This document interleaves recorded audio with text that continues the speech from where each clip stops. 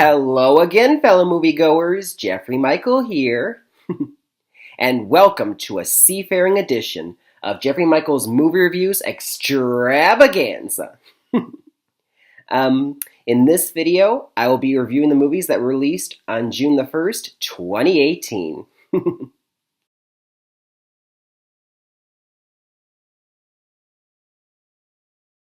Okay, the first movie that I will review for you is Adrift, rated PG-13. It stars Shailene Woodley and Sam Claflin, and was directed by Icelandic director Baltasar Kormákur, who already brought you such films as Contraband, Two Guns, and Everest. Now, Adrift is based on the true life story of actual events that occurred involving a sea-sailing couple named Tammy and Richard. Now, in 1983, Tammy and Richard were sailing a yacht across the Pacific Ocean from Tahiti to San Diego, and they didn't know that Hurricane Raymond at the time was fast-moving, and they accidentally sailed their ship right into that hurricane. And not only did it capsize their ship, but it also knocked out all their instruments and radio, and they couldn't call out for help. And so they had to rely on their wits, their strengths, and their skills in order to make that ship seaworthy again and sail it to Hawaii, back to land. Now, did they make it out alive? I mean, I'm not going to tell you that, obviously. So the movie stars Shailene Woodley as Tammy.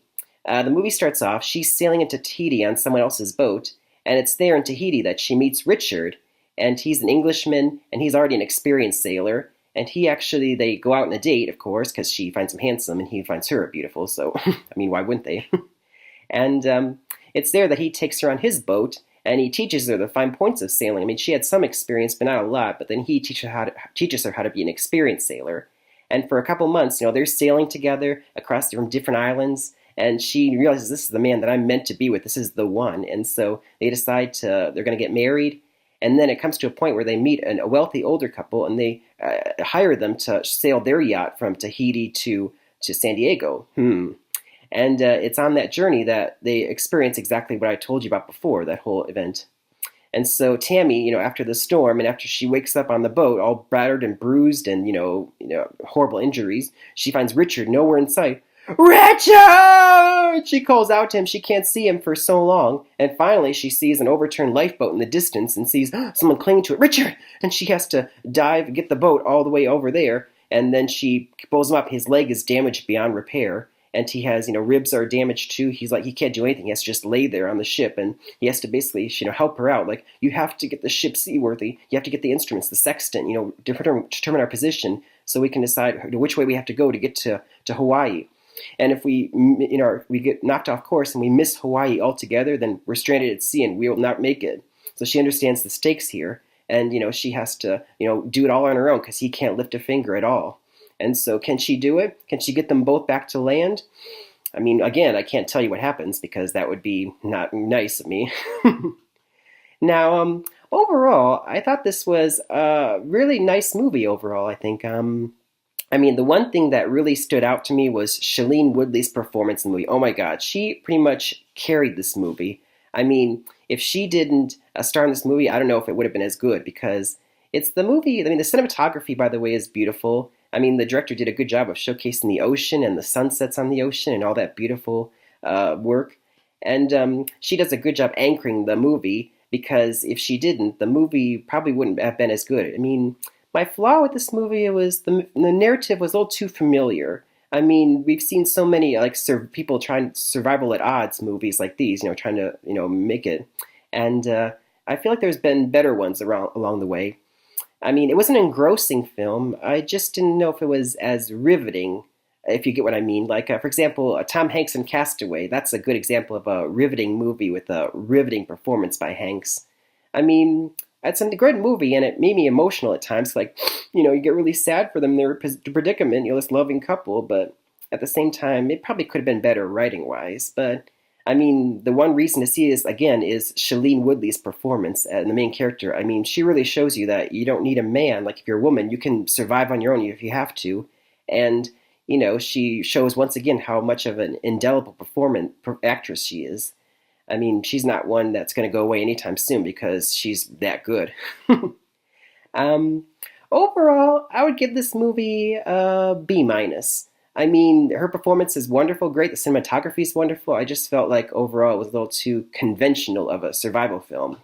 But would I still recommend it to you all? Yeah, absolutely. Like it's still like emotional and acting well enough for you all to go and see it if you want to. A good love story. So if you want to see a good love story that's set in a survival situation, then I would recommend it. Go and see it, and it might make you not want to go on a boat for a while, but it's still worth it. Moving on.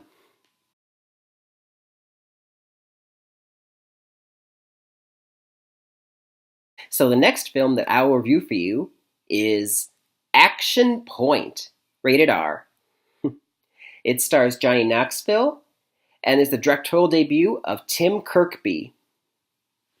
Now, Action Point is based on a real life amusement park called Action Point that was in New Jersey in the 1970s. Yeah, the 1970s, before lawsuits were common. And I say that because Action Point was one of the notorious for being one of the most unsafe amusement parks of all time. And because it had poorly designed rides, they were unsafe and falling apart, and the staff were undertrained and underage and sometimes under the influence. And it's like, whoa. I mean, if this park existed today, then it would be facing hundreds of lawsuits easily. And so the movie Action Point is basically a fictionalized version based on Action Point. Johnny Knoxville stars as DC. The movie starts off, he's in old age makeup. He's playing a grandpa, and he's looking at while his daughter's away, he's looking after his granddaughter, and he decides to regale her the tale of how he used to be the owner of Action Point in the 70s. And so we flash back to when he's a younger man, played by Johnny Knoxville out of old age makeup. And during one summer, he's visited by his daughter, Boogie, who's now a teenager in this part of the story. And she decides to go see, his park Action Point. And through her eyes, we see, whoa, just what she's up for. I mean, we see rides, like I said, that are poorly designed, they're unsafe, and they're rusting and falling apart. And we see the staff, and they're not doing their job. Well, I could care less to do my job here. And doing a little... And as the movie goes on, we find out that a corporate mega park is opening up down the road, which threatens to take away their customers and put them out of business. Now, it's like, well, what can we do to save our park? Kids like to do dangerous stuff. Let's make our park even more dangerous. Let's make it more unsafe and more unsupervised. And then, of course, all the young people from miles around come to see it, and that does well for a while. And I should probably point out, though, that this movie was brought to you by the same guys who brought you Jackass. Remember Jackass, right? That MTV show where all these guys perform these actual dangerous stunts, that are without stunt doubles. And so throughout the movie, we see exactly that. We see Johnny Knoxville and most of the actors performing their own stunts. So you can tell, there's a lot of real life injuries probably happen behind the scenes there. We don't get to find out because, it's a movie. And overall, I thought this movie was just not really all that great, to be honest. I mean, if they pretty much, when the people behind this movie are probably thinking like, oh, you don't want, you come here and you don't need a coherent narrative here or a story. You just want to come see Johnny Knoxville, flying on a ride and landing on his face or getting catapulted into a barn and breaking his nose. And that's all you come for, right? Wrong. I come to see a movie here. And for the movie, I expect to see, dynamic storytelling and, good acting and a coherent, nice story to be told. And I don't know, it's very lacking, this movie. And if you're just focusing on the stunts and not so much the story, even then it's still boring. I mean, there's not much the characters are undeveloped, and the central emotional story point between the father and daughter is just undeveloped. Overall, I would give this movie a D plus.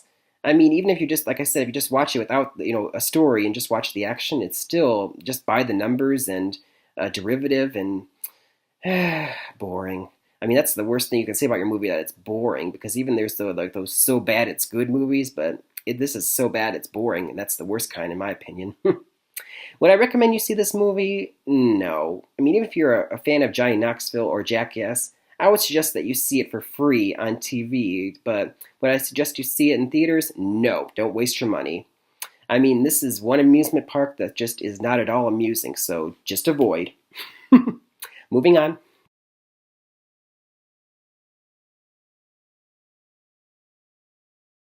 All right, the only other movie that was in wide release on June the 1st was Upgrade, rated R. It stars Logan Marshall Green and was written and directed by Lee Wanell. Lee Wanell was the screenwriter to the Saw movies and the Insidious movies, and he was also the director of Insidious Chapter 3. Now, Upgrade is set in the near future, where everything and everyone is controlled by computers. And our main character is Gray, played by Logan Marshall Green. He's left paralyzed after a mugging, and they implant a microchip into his spine, which not only cures his paralysis, but also gives them control over his body, and he vows revenge against that. Now, unfortunately, ladies and germs, I didn't get a chance to see this movie before making this video, and so I don't have a review for you or a grade. But I will say it's my number one recommendation in this video, and you're probably all like, "What? Your number one recommendation is a movie you haven't seen?" I mean, I have done this once before, back in March, where I recommended Unsafe, even though I didn't see it, because all the other movies in that video were mediocre at best. And similarly here, the other two movies that I've already reviewed in this video, Adrift, which I somewhat recommend, and Action Point, which I do not recommend at all, not at all. But Upgrade has been getting rave reviews from the professional critics, I have to say that. And they have positive reviews from them, much higher than the other two films. And so, even though I haven't seen Upgrade yet, I do plan to see it in the near future. And therefore, I recommend that film that you all go and see in my number one recommendation, because the other two movies just did not get as high a marks from the professional critics, and I just didn't find them all that great, even though I do recommend Adrift. So yeah, go and see Upgrade. That would be my number one recommendation in this video. Moving on.